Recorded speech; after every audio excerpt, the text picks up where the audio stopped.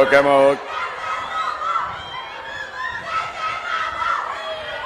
అందరికీ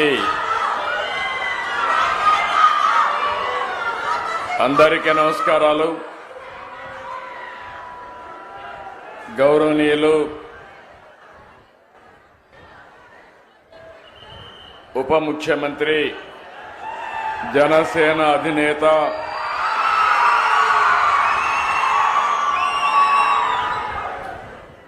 ఎప్పుడు కూడా ఒకటే ఆలోచన, మీరు మంచి పనులు చేయండి, నేను అండగా ఉంటానని మొదటి నుంచి చెప్తున్న వ్యక్తి పవన్ కళ్యాణ్ గారని చెప్పి మీ అందరికీ విజ్ఞప్తి చేస్తున్నాను. అదే మరి గౌరవనీయులు మంత్రివర్గ సభ్యులు నారా లోకేష్ గారికి, బీజేపీ రాష్ట్ర అధ్యక్షులు గౌరవనీయులు పివిఎన్ మాధవ్ గారికి, గౌరవ పార్లమెంట్ సభ్యులు కేశినేని శివనాథ్ గారికి, గౌరవ శాసనసభ్యులు బోండా ఉమామహేశ్వరరావు గారికి, గద్దె రామ్మోహన్ రావు గారు, ఆర్టీసీ చైర్మన్ కొనకళ్ళ నారాయణరావు గారు, వైస్ చైర్మన్ పిఎస్ మునరత్నం గారు, ప్రిన్సిపల్ సెక్రటరీ కాంతిలాల్ దాండే గారు, ఎండి ఏపీఎస్ఆర్టీసీ ద్వారకా తిరుమలరావు గారు, ఈరోజు ఈ కార్యక్రమంలో మా పక్కన కూర్చున్న ఆడబిడ్డలు శ్రీమతి ఉమా, శ్రీమతి రత్నవేణి, వీళ్ళిద్దరిని కూడా మీ అందరి తరపున ప్రతినిధులుగా ఉచిత ప్రయాణ సౌకర్యాన్ని ఏర్పాటు చేస్తున్నాం. కాబట్టి మొదటి లబ్ధిదారులుగా వారిని గుర్తించి వారిని గౌరవించామని చెప్పి నేను మీకు తెలియజేస్తున్నా. ఇక్కడుండే మీకే కాకుండా రాష్ట్రంలో ఉండే 2,62,00,000 మంది మహిళలకు విజ్ఞప్తి చేస్తున్నా. ఈరోజు నేను చేసిన కార్యక్రమం స్వాతంత్ర దిన సందర్భంగా చేశాను. మీకు ఆర్థిక స్వాతంత్రం కల్పించడమే నేను ధ్యేయంగా పనిచేస్తున్నా. నేను గాని పవన్ కళ్యాణ్ గారు గాని బీజేపీ గాని తప్పకుండా మా ఆడబిడ్డలకు మహర్దశ వచ్చే వరకు మీకు మేము అండగా ఉంటామని హామీ ఇస్తున్నా. ఈరోజు మీ ఆనందం చూస్తున్నా. మీ ఆనందం కోసమే మేము పనిచేస్తున్నాం. నేను అందుకనే ఒక మాట చెప్పాం, ఏమమ్మా ఆడబిడ్డలు అందరూ ఆనందంగా ఉన్నారా? అక్కలు చెల్లెళ్ళు ఆనందంగా ఉన్నామంటే ఊరంతా అయినపేట గట్టిగా చప్పట్లు కొట్టి హర్షాన్ని వ్యక్తం చేయండి.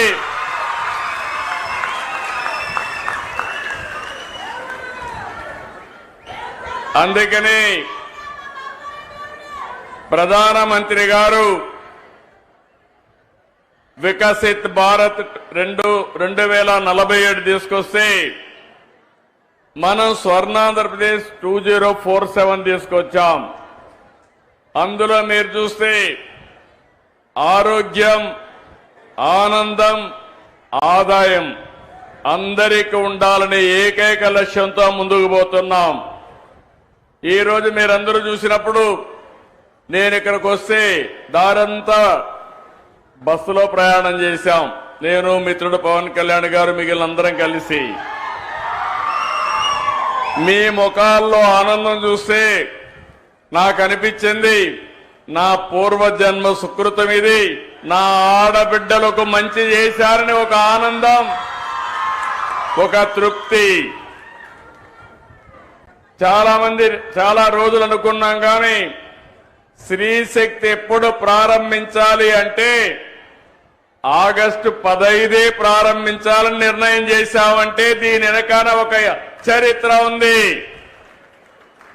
మీకు ఆర్థిక స్వాతంత్రం తేవడం, ఆడబిడ్డల గౌరవాన్ని పెంచడానికి ఈ ఎన్డీఏ ప్రభుత్వం పనిచేస్తా ఉందని మరొకసారి మీ అందరికీ విజ్ఞప్తి చేస్తున్నా. పేరు కూడా స్త్రీ శక్తి అని పేరు పెట్టాం. ఇది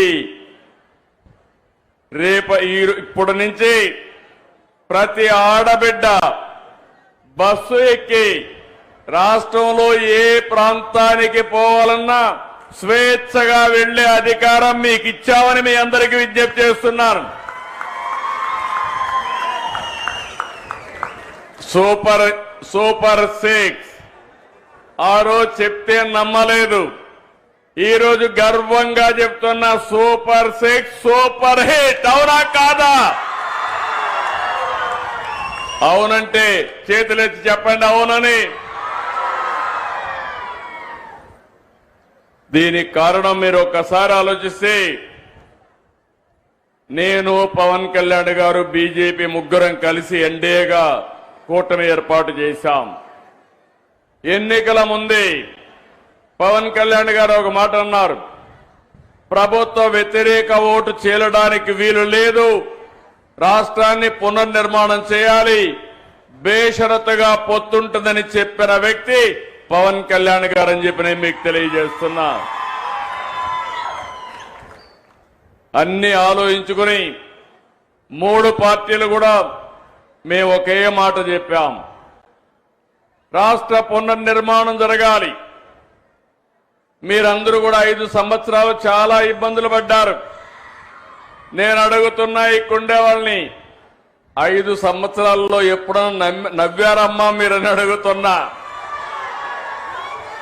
ఇంట్లో అయినా ఆనందంగా ఉన్నారా అని మిమ్మల్ని అడుగుతున్నా. రోడ్డు మీదకి వస్తే తిరిగి ఇంటికి పోతామని భరోసా మీకుందా అని అడుగుతున్నా. ఈ రోజు హామీ ఇస్తున్నా, నా ఆడబిడ్డల జోలికి ఎవడైనా వస్తే తాట తీస్తా.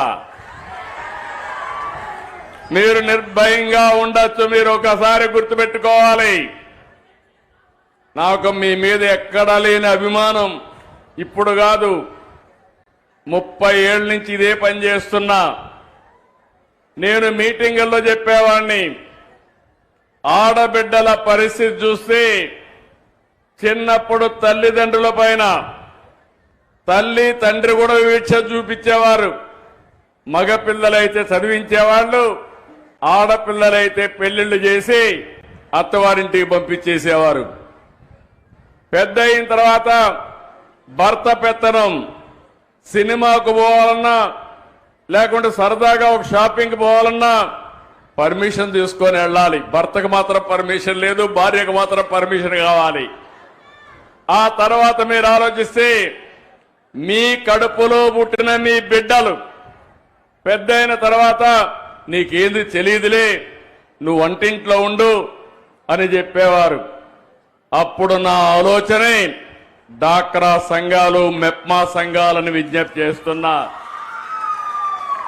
ఆ రోజు నేను ఒక మాట చెప్పాను, గుర్తుపెట్టుకోవాలి, మా ఆడబిడ్డలు తెలివితేటల్లో అందరికంటే ఎక్కువ. ఒక విధంగా చెప్పాలంటే, ఈరోజు మీరు ఆర్టీసీ బస్సుల్లో చూస్తున్నారు, నేను ఆ రోజు ఉద్యోగాల్లో కాలేజ్ సీట్లో రిజర్వేషన్లు పెట్టాను, 33% పెట్టాను. ఆర్టీసీ బస్సుల్లో కండక్టర్లు, డ్రైవర్లు కూడా రిజర్వేషన్లు పెట్టాను. నా ప్రయత్నం ఫలించింది. కండక్టర్లు మాత్రం వచ్చారు, డ్రైవర్లు మాత్రం రాలేదు. తొందరలో ఆర్టీసీలో డ్రైవర్లుగా కూడా మా ఆడబిడ్డలు వచ్చే పరిస్థితి వస్తుంది. తొందరలోనే ఎలక్ట్రికల్ వెహికల్స్ వస్తాయి. స్టీరింగ్ దగ్గర కూర్చుంటే ఆటోమేటిక్ గా డ్రైవింగ్ చేసే పరిస్థితి వస్తుంది. కాబట్టి మా ఆడబిడ్డలు పైకి వచ్చే అవకాశం వస్తుంది. ఆ రోజు నేను డాక్రా సంఘాలు పెట్టి అనేక విషయాలు మీకు నేర్పించాను. ఆఫీస్కి ఎట్టబోవాలో చెప్పాను, ఆదాయాన్ని ఎట్ట పెంచుకోవాలో చెప్పాను. మీరు రూపాయి పొదుపు చేయండి, నేను రూపాయి ఇస్తానని పొదుపు ఉద్యమానికి శ్రీకారం చుట్టాం. మీరు ఫైల్స్ తీసుకెళ్తా ఉంటే మగవాళ్ళు ఎగతాళి చేశారు ఆ రోజు.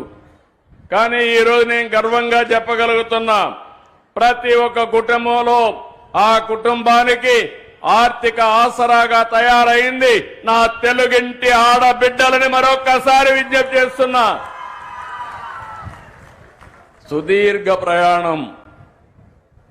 మొట్టమొదటిసారిగా ఈ రాష్ట్రంలో మనం గుర్తుపెట్టుకోవాలి, ఆడబిడ్డలకు ఆస్తిలో